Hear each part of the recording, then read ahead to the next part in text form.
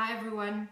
If you haven't seen any of my videos before, I would like to welcome you to this very special video, which is dedicated to everybody that's feeling alone right now, or maybe has felt alone in their life. I wanted to do this video for a very long time because I know how important the time is when we are finding ourselves alone in life, and it has been one of the deepest learning curves for me in my life, and I wanted to share with you some very interesting activities and skills that you can actually learn to develop so that you can actually work through this time where you find yourself alone. But really there is an identity that some of us have that has attached to it the belief or the idea that we are truly alone in the world. Maybe we felt like we don't belong, maybe we feel like there isn't a place for us in the world, or we're quite different to other people. And then the resounding sense is that there's this belief that continues to hang around that tells us we are alone, or I am alone. Now, if you do have this going on still, I would like to welcome you to go into some deep exploration with yourself and to really begin to consider whether you might have one or a few of these following traits that I'm going to talk about. So it's possible that if you're holding this belief, you've had obviously some painful experiences in your childhood which have left you feeling quite lost, like you don't belong or that people don't understand you. And the interpretation you've made from those experiences is that you really are here alone. The truth is everybody is alone, and we all come here and we all leave this dimensional life alone.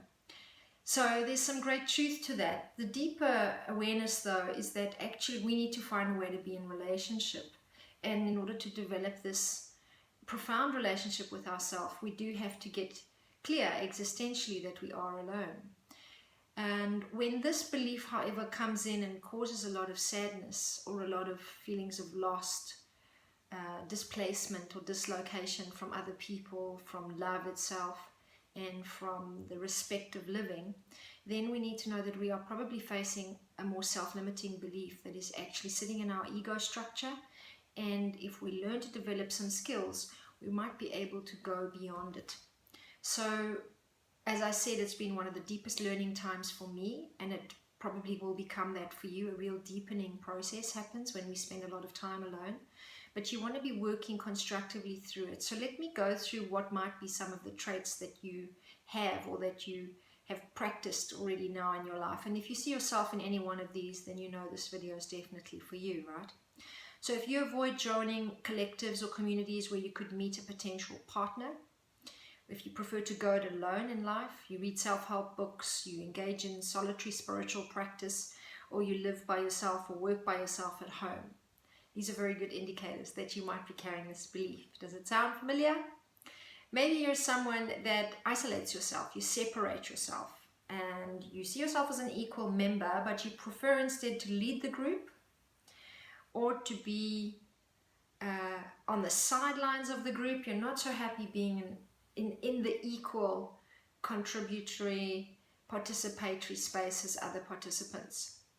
You might also be someone that does not make requests for support, maybe from people that you're getting to know or people in your intimate circles. They don't really know when you desperately need something. And this would be another indicator that you probably are carrying this self-limiting belief. And again, you might be somebody who's learned to design your whole life inside of being self-sufficient, inside the dating world, in your personal relationships. You probably give off the message that you don't really need anything, that you got it all covered even sometimes. And you really participate in giving yourself into the group so that others don't always invite you. And when they do, you might frequently say no. And so you're training others to stop inviting you, really. And you might also then be someone who is engaging in addictions, and these might obviously serve to isolate you even further, and you might have these addictions happening in your private time, away from others. You might stay too long in relationships that are long over, and you might then be needing to evolve to a new form of relationship because you can't bear the idea of abandoning others. This shows a more empathic tone to the person who holds this belief. You might also be overly loyal to people and have long outgrown them in your life, but you fear that letting them go means you will forever be alone in life, and so you might hang on to some toxic relationships.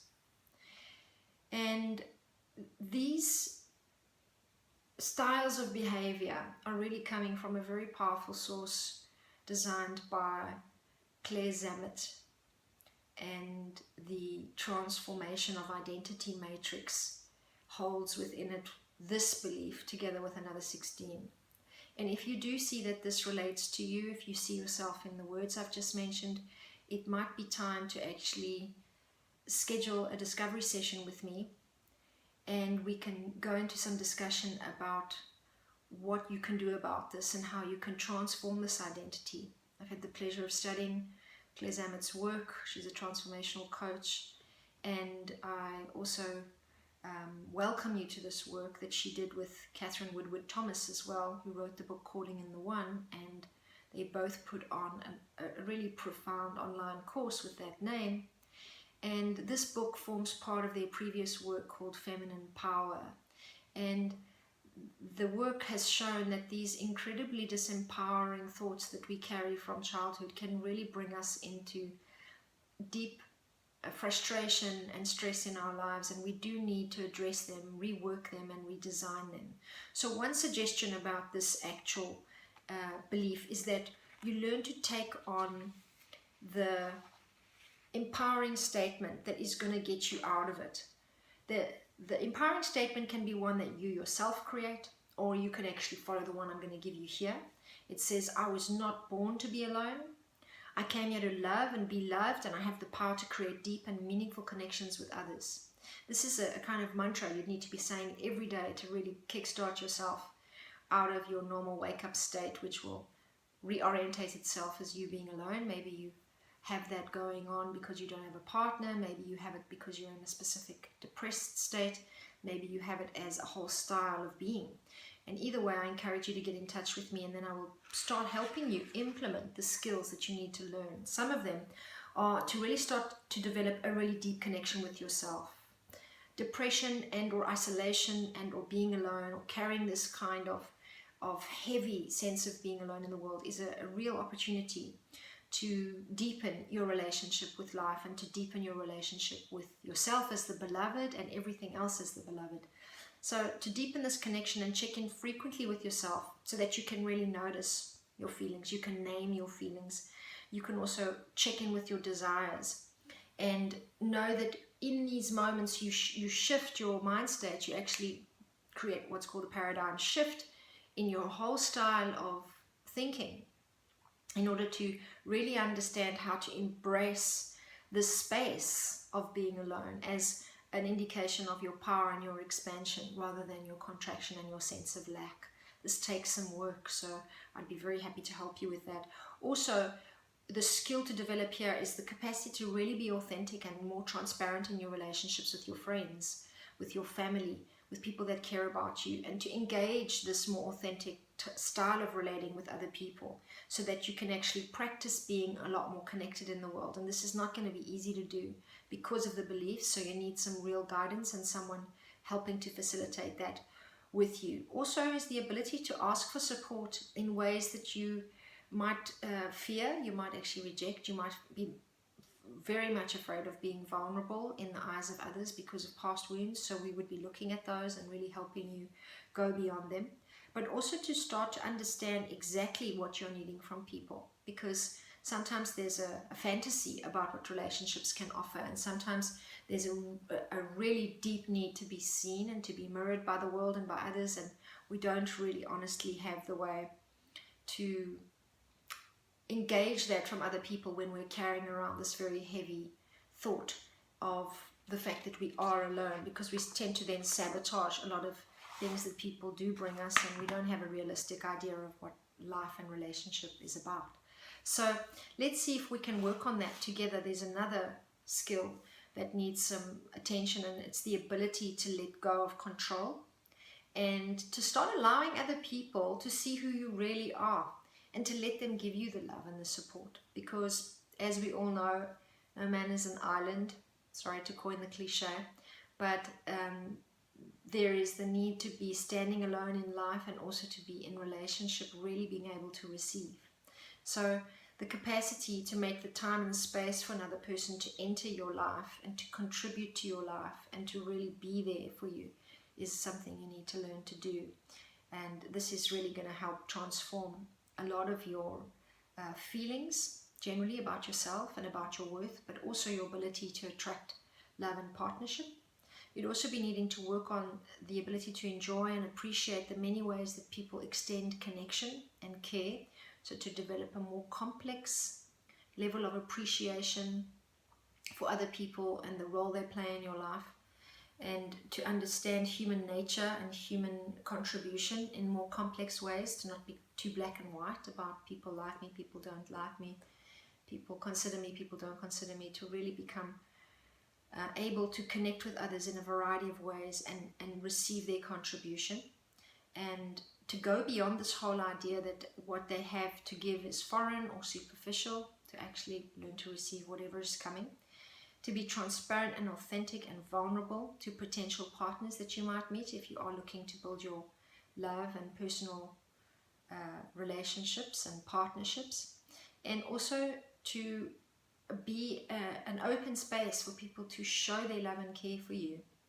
You're also going to need to work through some challenges and difficulties that you faced around the area of intimacy, and also the whole fear or maybe even unconscious fear you have about intimacy in the future, and the healthy evolution of intimacy in your life, and to learn to do this without really severing the connection you have with the other person, without staying emotionally stunted in order to keep it. So how to break the toxic bonds, and also how to be truly able to keep your love with your partner, to not take your love away. And so a lot of people that carry this belief might be used to cutting off, escaping, or going underground, and actually disconnecting from the relationship when they feel disappointed. And you really need to grow and evolve past these defenses. Another area is to work on the ability to tolerate periods of loss, and to have like real faith that things are going to continue, that there's real goodness in life, and that there's connection in life, no matter what's going on in personal love relationships. That's a really deep inner core type trust and care that we have for ourselves, that we can actually switch into that level of thought and level of being when we are very hurt. And so we need to do the work to get there. The last area that we're going to be working on, if you do decide to do some work with me on this area, is the ability to enjoy and appreciate all different levels and rhythms of connection that you find in other people, to also be able to be in relationship even when others are showing up in ways, again, that make you feel a little bit foreign or a little bit lost, or might even be superficial to you. So we'd be looking at this kind of style of judgment that you have about contribution, about what others give, and about the value that you have in relation to what they give. And we'll be looking very much at how this belief, I am alone, really disenables you from being able to have true power and to really work powerfully in areas of your life to grow and evolve and live into your fullest potential. So I welcome you to join me. If you feel you want to know more about this, you can always sign up at www.ahaintelligence.com, and I'm going to leave you with some very beautiful sentiments that if you are someone that has this belief going on, I am alone, or if you feel this way in your life, I want you to know that you still have an incredibly powerful contribution to make to others. And not only that, you have some real gifts, and there's always a light side and a shadow side to absolutely everything in the world of polarity and separation, dualism, the world that we live in. There's these contrary opposites operating all the time. So on the journey, you have learned to do some incredible things, and you really have a capacity for deep connection, and you have an extraordinary heart-centered relatedness and a sense of wanting to be related so much in you now. So this is something to remember. Also, you are highly independent after being alone and believing these levels of disconnection all the time through your life, you've lived into your own self-reliance, and you can really be an exceptional friend, partner, and colleague with a high level of competence and a high level of independence. So remember that as well as another gift that you carry. You're also capable of fierce loyalty and deep commitment, and you are incredibly resourceful and really a great asset to other people. It's just learning how to really connect that with your own trust in life and your own ability to see how expanded you are and build the connection continually between you and others. Thank you very much for watching, and I look forward to helping you with this more. Bye.